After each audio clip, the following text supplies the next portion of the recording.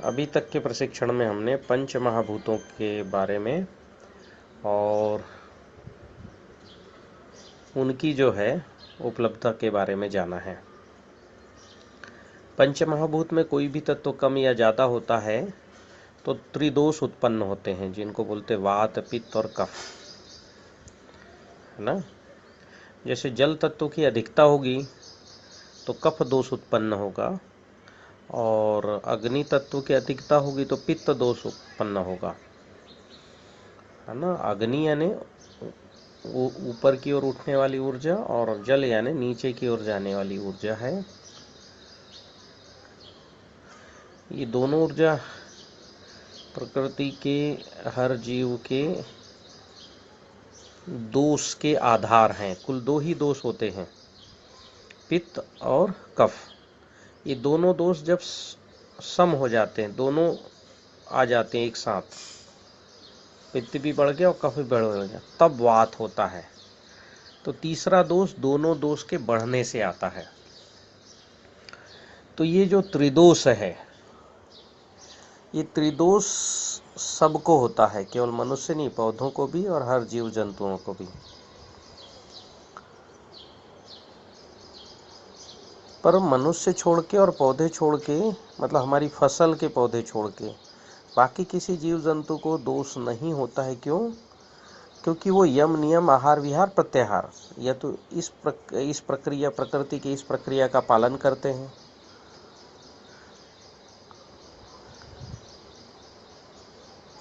या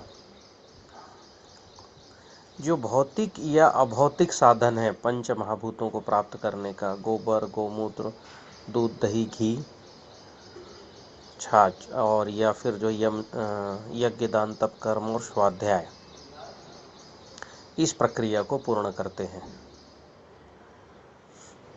मेरे गुरुजी कहा करते थे कि पंच महाभूतों को स्थिर रखो, कोई बीमारी नहीं आएगी। बिल्कुल सत्य है। आपने देखा होगा कि जो मेड़ में पौधे होते हैं या जो जंगल में पौधे होते हैं, उनमें कोई बीमारी तो ऐसी आती नहीं। जो लगाए जाते हैं वही, उन्हीं पौधों में ये दिक्कतें आती हैं।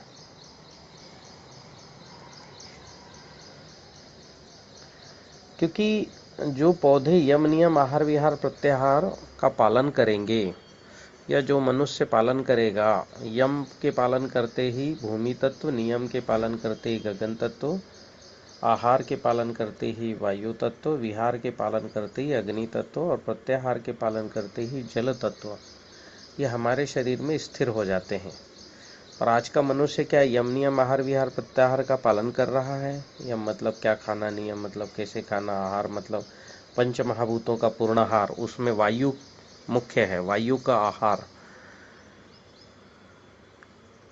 फिर इनको पचाने के लिए किया गया काम, विहार हमारा कर्म, और फिर प्रत्याहार, हर अंगों को, हर टिश्यूज को, उनको उनका भोजन उपलब्ध करवाना।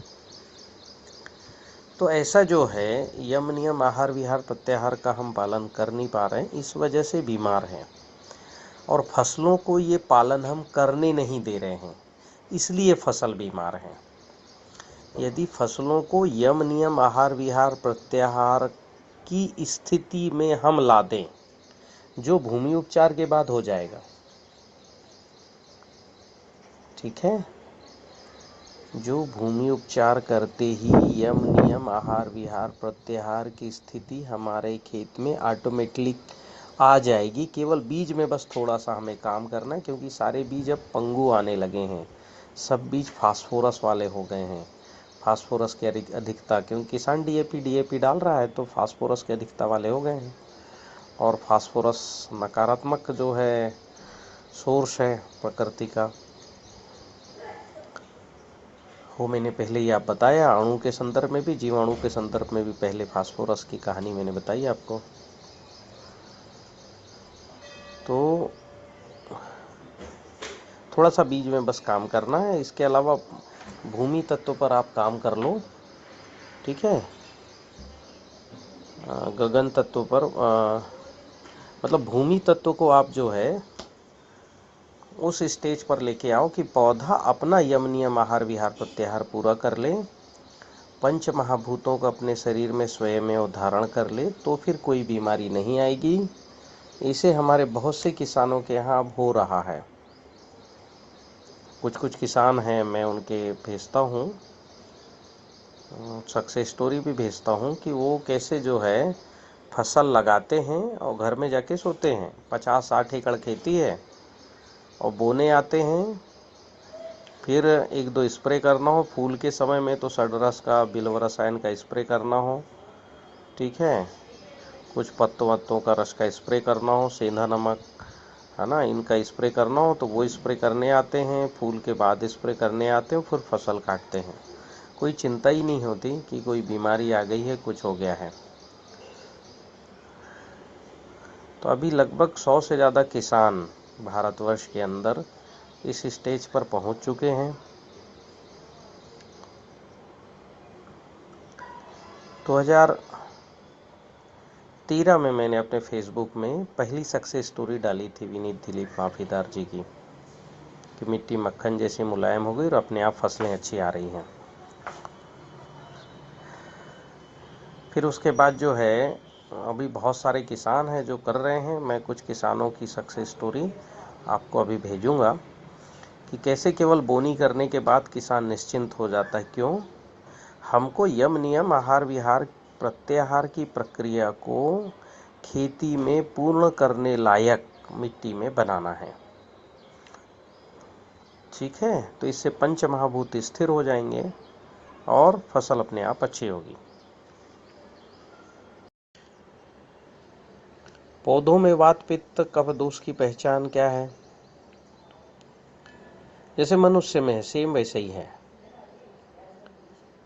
अगर कफ दोष आया पौधों में तो क्या होता है कि ऊपर से पत्ते पीले पड़ते हैं, ठीक है, और बहुत पीले नहीं पड़ेंगे। बहुत पीले पड़ रहे हैं तो समझ जाना वो पित्त दोष है। हल्का पीला, किनारा किनारा सूखना शुरू होगा, ठीक है। दूसरा दोष क्या होता है? दूसरा दोष होता है कि कफ दोष आया तो प्लांट का ग्रोथ रुक जाता है, क्योंकि सोते रहता ना प्लांट, फिर काम ही नहीं करता, फोटोसिंथेसिस ही नहीं चलता, ग्रोथ रुक जाता है। आप 10 दिन बाद देखोगे तो भी फसल ज्यों की त्यों दिखेगी, ग्रोथ नहीं दिखेगा। तो ये प्लांट कफ दोष से ग्रसित है अभी। और क्या लक्षण है कफ दोष के? मैं बात अभी पौधे के संदर्भ में करूंगा, बड़े पेड़ के। बड़े पेड़ में आप देखेंगे कि उसमें अगर चीरा लगाएंगे तो उसमें बहुत ज़्यादा रस निकलता है, और कभी कभी पौधों में देखा होगा ना, रस बहते रहता है ना। तो ये लक्षण है कफ दोष के।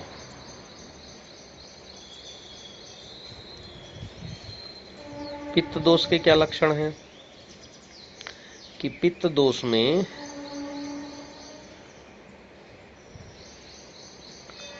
नीचे से पत्तियां सूखती हैं और कभी कभी आधी पत्तियां सूखती हैं, ठीक है, कि आधी पत्ती स्वस्थ है, आधी सूख गई है, पित्त दोष है। और क्या लक्षण है? पत्ते जो है कई जगह से कट पिट जाते हैं, ऐसे जैसे केले के पत्ते में देखे होंगे ना, बार ऐसे फट जाते हैं, एक पत्ता ये 10 जगह से फट गया हो, तो ऐसे पत्तों में ऐसे। फिर पित्त दोष का प्रभाव ये होता है कि पत्तियां जो हैं थोड़ी टेढ़ी मेढ़ी हो जाती, सिकुड़ती हैं। कफ दोष में भी सिकुड़ती हैं, कफ दोष में ज़्यादा सिकुड़ती हैं, ये मैं बता नहीं पाया।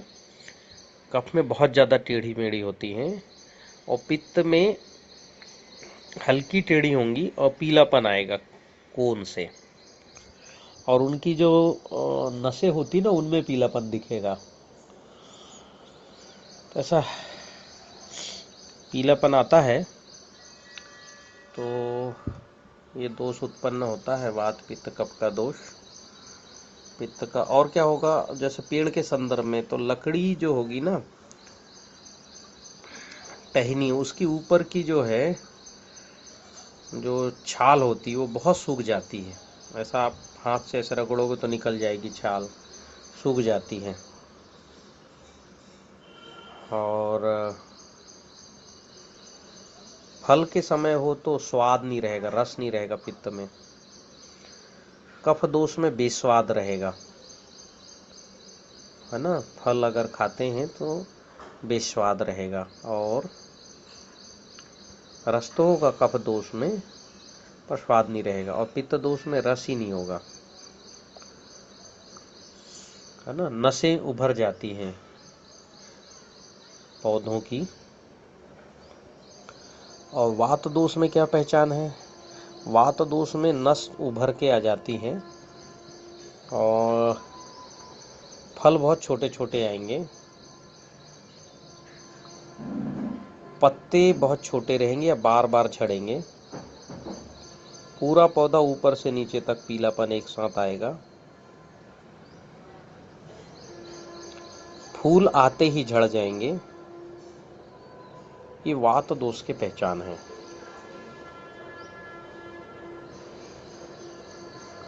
अब ये पहचान के आधार पर हमको उपचार कैसे करना है, तो सिलसिलेवार इसको हमको समझना पड़ेगा। ठीक है,